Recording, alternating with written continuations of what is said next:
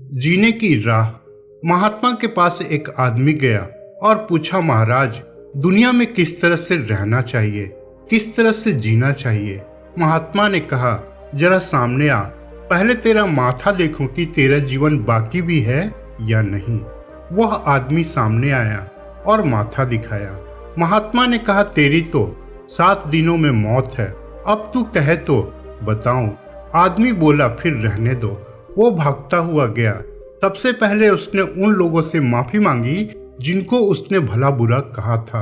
फिर जिन लोगों से झगड़ा किया था, बेईमानी करी थी, उनसे भी जाकर माफी मांगी।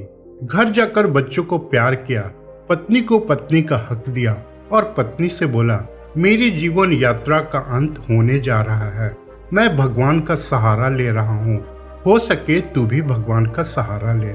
इस तरह से 6 दिन बीत गए। 7वें दिन वो भगवान के ध्यान में बैठा, मन बड़ा हल्का था।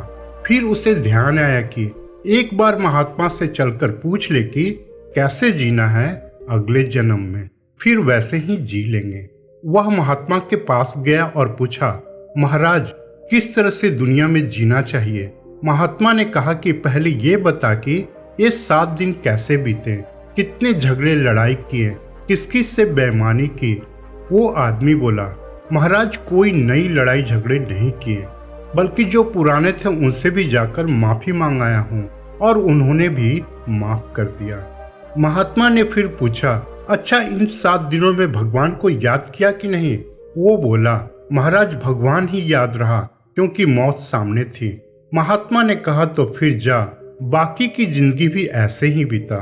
वो बोला, पर आपने तो हमारा माथा देखा था और 7वें दिन मौत बताई थी। महात्मा ने कहा, मौत तो इन 7 दिनों में ही है, सोमवार नहीं तो मंगलवार, मंगलवार नहीं तो रविवार, ये 7 दिन ही हैं। इनमें ही आदमी जन्म लेता है और इन्हीं 7 दिनों में मरता है। तुझे जरा घुमा के समझाया, वरना आदमी समझता कहाँ है।